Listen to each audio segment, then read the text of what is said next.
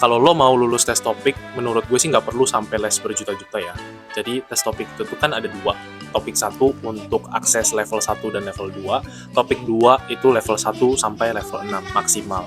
Nah, nanti level yang lo dapatkan itu tuh akan ditentukan berdasarkan nilai ujian topik lo, menurut gue.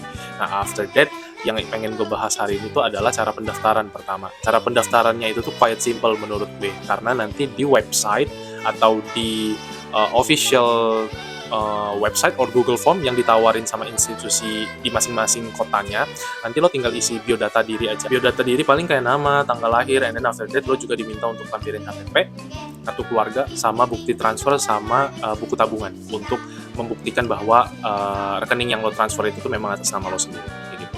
And then after that lo tinggal upload aja semua dokumen yang lo tadi pegang. That's it, I think sesimpel itu doang. Terus after that pengalaman pribadi gue tuh lumayan cukup menarik karena gue itu adalah case yang ikut tes topik tapi gue nggak pernah belajar. Di sini gue disclaimer, gue bukan bragging, tapi gue cuman pengen membuktikan bahwa kita bisa loh achieving something without stressing too much gitu. Nah, gue itu tuh adalah case yang seperti itu.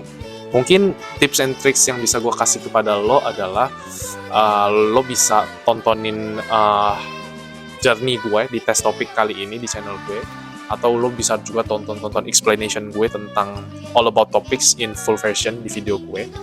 Tapi tips and tricks yang paling general yang bisa gue kasih pada lo adalah 1 hari sebelum tes topik jangan begadang kalau bisa, karena tes topik itu tuh perlu konsentrasi yang tinggi banget.